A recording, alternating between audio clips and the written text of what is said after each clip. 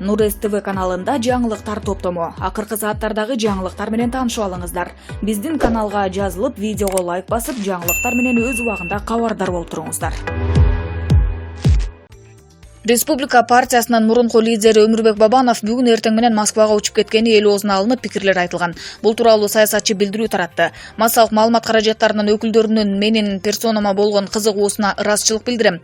Мен өз иштерим менен алекмин. Алар ички да эл аралыкта каттамдарга чыгууну талап кылат. Эч жака эч кимден качкан эмесмин, качкан жокмун. Сиздер билгендей күбө катары тергөө органдарына өз убагында барып турам. Ушул убакыттын ичинде аларга бардыгын түшүндүрүп, актыгымды далилдей алдым деп ишенем. Ал эми менин кыймылыма чектөө жок. Андыктан өз иштерим менен тышка учуп чыккам. Анан албетте өз мекеним Кыргызстаныма келем деп жазган Бабанов. Эске салсак, Өмүрбек Бабанов улуттук коопсуздук боюнча мамлекеттик комитетте жана финансы полициясында азыркы тапта өзүнө байланыштуу баш аягы 8 иш иликтенип жатканын айткан. Алардын ичинен 4-өөнүн чоо жайы белгилүү. Калган иштер боюнча Бабанов өзү да мамлекеттик мекемелерде маалымат бере элек. Өмүрбек Бабанов өзүнө козголгон иштер боюнча УКМК менен Финполицияга бир нече жолу сурак берип чыккан. Бабанов 2017-жылдагы президенттик шайлоодо азыркы президент Сооронбай Жээнбековдун негизги атаандашы болгон жана шайлоодон кийин өлкөдөн чыгып кеткен. 2018-жылы чоң саясаттан кеткенин, мындан ары жалаң ишкерлик менен алектенерин билдирген. Быйыл 9-августта Москвадан Бишкекке учуп келген.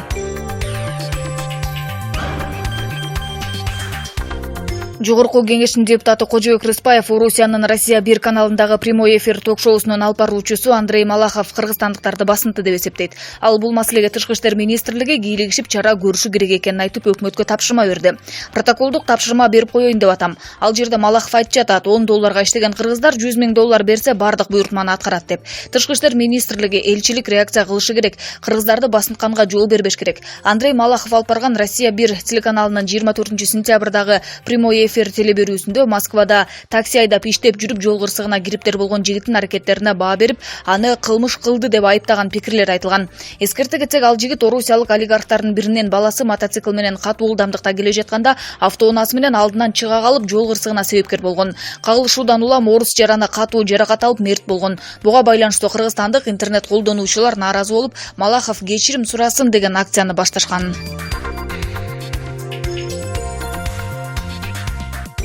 Президент Сооронбай Жээнбеков бир айыл, бир продукт долбоорунун Кыргызстандын ар бир облусунда ишке ашырууну колдой турганын айтты. Мамлекет башчысы бүгүн 26-сентябрда Сокул облусуна барып, Жетөгүз районунун Тилекмат айылындагы бир айыл, бир продукт долбоорунун ишмердиги менен таанышты. Мамлекет башчысы кийизден жана териден жасалган түрдүү буюмдарды, экологиялык жактан таза, кайра иштетилген айыл чарба продукциясын, азык-түлүктөрдү көрүп чыгып, ар бир айыл жана район жергиликтүү ишкерликти өнүктүрүү үчүн өз мүмкүнчүлүктөрүн колдонуларын белгиледи.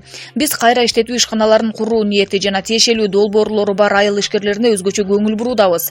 Бардык финансылык, кредиттик, бюджеттик саясатты дагы региондорго багыттадык. Биздин өлкөдө аймакты көтөргүсү келген адамдар көп, аларга колдоо керек. Ошону колго алып жатабыз, деди президент. Жээнбеков эми Сокул облусунда гана эмес, өлкөнүн бардык облустарында ишке ашырыла баштаган бир айыл, бир продукт долбоорун ишке ашырууга техникалык колдоо көрсөткөндүгү үчүн Япон эл аралык кызматташтык агенттигине ыраазычылыгын билдирди.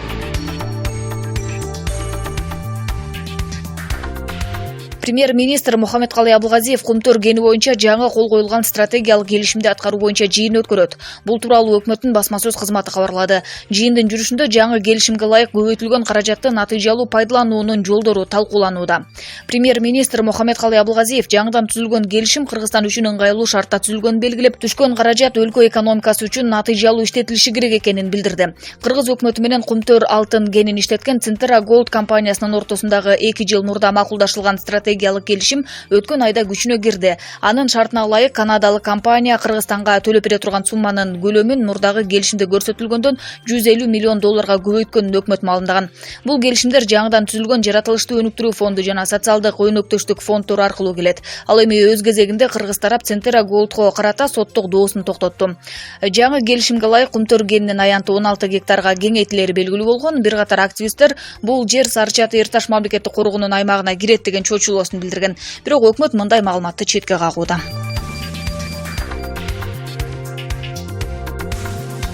Кой таштын жашоочусу 7-8 августтагы окуяларды иликтеген мамлекеттик комиссиянын мүчөсү Исмаил Исаковго ал кармалганда эл менен кошо аны колдогон митингге чыкканын эске салды. Аял ага 2009-жылы аны колдогон митингге көтөрүп чыккан сүрөтүн көрсөттү. Мен ушуга чейин сиздин сүрөттү сандыгымда катып келгем, деди Теңизбаева.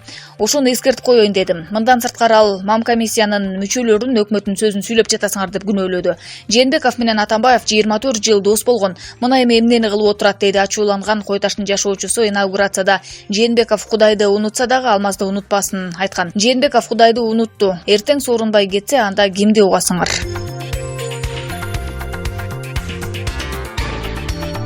Республика партиясынын лидери Өмүрбек Бабанов бир нече кылмыш ишинде күбө катары өтүп жаткандыктан анын өлкөдөн чыгышына тыюу жок. Бул тууралуу улуттук коопсуздук боюнча мамлекеттик комитетинин расмий өкүлү Рахат Сулайманов билдирди. Анын айтымында мыйзам боюнча күбө катары өтүп жаткан адамдарды сыртка чыгышына чектөө коюлбайт.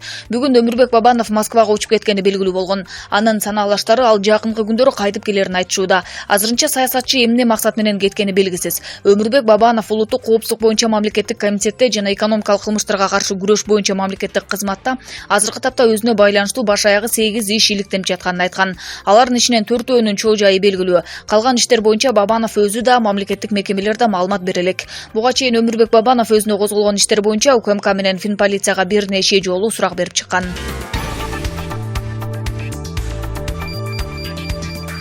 16 сентябрда Баткендин Максат айылына жакын жердеги кыргыз-тажик чек арачыларынын ортосунда атышуу болгон. Атышуунун кесипетинен мамлекеттик чек ара кызматынын Бөрү атайын тобунун кызматкери прапорщик Равшан Моменов каза болуп, 13 адам жаракат алган. Ал эми Тажикстан кыргыз-тажик чек арасындагы атышуудан 3 чек арачысы каза болгонун кабарлаган. Бүгүн 26 сентябрда маркум чек арачы Равшан Моменовдун үйүндө Куран окулду. Бул тууралуу Супер КЖ порталына Лейлек районундагы активист Уланбек Матмуратов билдирди. Белгилүү болгондой, Кулунду айыл өкмөтүнүн жашоочуларынын атынан маркумдун үй бүлөсүнө 100 000 сом берилди. Бүгүн 26 сентябрда каза болгон мекендешибиздин жакындарына көңүл айтылып, Куран түшүрүлүп, элден чогулган акча жакындарына тапшырылды, деди Матмуратов. Буга чейин маркум чек арачы Равшан Моменовдун үй бүлөсү Батирде жашап келгени тууралуу жазганбыз. Актриса ырчы Асема Токтобекова расмий түрдө Кыргызстан аялдар конгрессинин мүчөсү болду. Бул тууралуу ал өзү соц тармактагы бир акчасына жазды.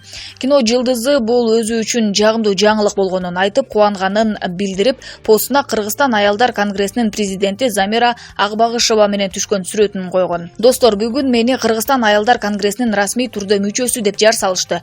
Күтүлбөгөн өтө жагымдуу жаңылык болду. Кубанычтамын. Индонезия элчиси менен расмий жолугушуу. Сүрөттө Кыргызстан аялдар конгрессинин президенти Замира Акбагышева жекебиз менен Шератон Бишкек деген билдирүү калтырган. Асема Токтобекова боз салкын көкжал тасмаларын жараткан, ролдору менен кино сүйүүчүлөрүнө белгилүү. Асема Токтобекова боз салкын көкжал тасмаларында жараткан, ролдору менен кино сүйүүчүлөрүнө белгилүү. Франциянын мурдагы президенти Жак Ширак 86 жашында көз жумду. Бул тууралуу Френч пресс маалымат агенттиги анын үй бүлөсүнө таянып кабарлады. Күйөө баласы Фредерик Салат Барунун айтымында Ширак 26 сентябрда үйүндө көз жумган. Ал экс-президенттин өлүмүнүн себептери тууралуу кеңири айткан жок. Жак Ширак өлкө башында 1995 жылдан 2007 жылга чейин турган. Ал президенттикке чейин Парижден мэри, өкмөт башчы болуп иштеген. Эл аралык коомчулук Жак Ширакты 2003 жылы АКШнын Ирактагы аскердик операциясына каршы чыккан саясатчыга билишет. 2005 жылы саясатчы оор инсультка кабылган. Андан кийин да бир нече ирет ооруканага түшкөн.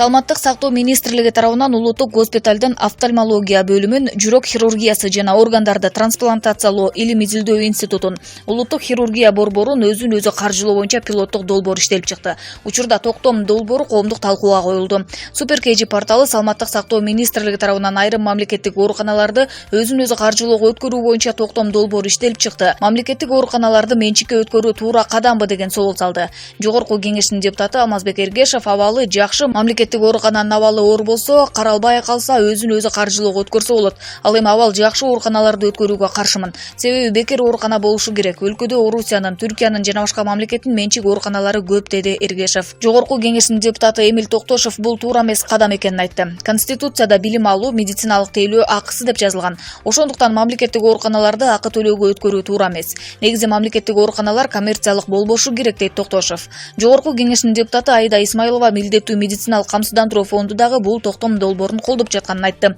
Мамлекеттик ооруканаларды өзүн өзү каржылоого өткөрүү туура эмес. Мисалы, Кыргыз-Түрк ооруканасы жеке менчик эле болуп калды. Өзүн өзү каржылоого өткөрүү боюнча улуттук госпиталдын офтальмология бөлүмү эмненин негизинде сунушталып жатат. Ал жерде вице-премьер-министр Алтынай Өмүрбекованын жолдошу иштейт. Бул жерде кызыкчылыктар кагылышы болушу мүмкүн. Бул маселени парламенттин тийиштүү комитетине алып чыгам. Мамлекеттик ооруканалардын өзүн өзү каржылоого өткөрүп берсек, социалдык колдоого муктаж жарандарыбыз эмне кылат? Бул жерде кимдир бирөөлөрдүн кызыкчылыктары болушу мүмкүн, дейт Исмаилова. Жогорку кеңештин депутаты Тазабек Икрамов бул талкууга алынышы керектигин айтты. Мамлекеттик ооруканаларды менчикке өткөрүп салса, турмуштан кыйналгандарга оор болуп калат. Бирок азыр деле бекер нерсе жок. Дары-дармектерди сатып алышат. Айрым дарыгерлер ар бир кылган иши үчүн мамлекеттен да, жарандардан да акча алып жатышат. Бул токтом долбоорун карап көрүш керек. Негизи мамлекеттик ооруканаларды менчикке өткөрүү туура эмес, дейт Икрамов. Жогорку кеңештин депутаты Айсулуу Мамашева мамлекеттик оорукананы өзүн өзү каржылоого өткөрүү боюнча долбоорду пилоттук түрдө иштетип көрүшү керек деген пикирде. Ошондо мамлекеттик ооруканадагы дарыгерлер жакшы иштегенге умтулушат. Мамлекеттик оорукананын деңгээли көтөрүлөт. Азыркы учурда дарыгерлердин 80% мамлекеттик ооруканадан чыгып, жеке менчик ооруканаларда иштешет. Өзүн өзү каржылоого өткөндө алардын айлыктары көбөйүп, дарыгерлердин чөнтөгүнө түшкөн акчалар кассага төгүлөт, дейт Мамашева. Мурунку саламаттыкты сактоо министри Талантбек Батыралиев айрым мамлекеттик ооруканаларды өзүн өзү каржылоого өткөрүү боюнча токтом долбоору талкууга алынышы керек деген пикирде.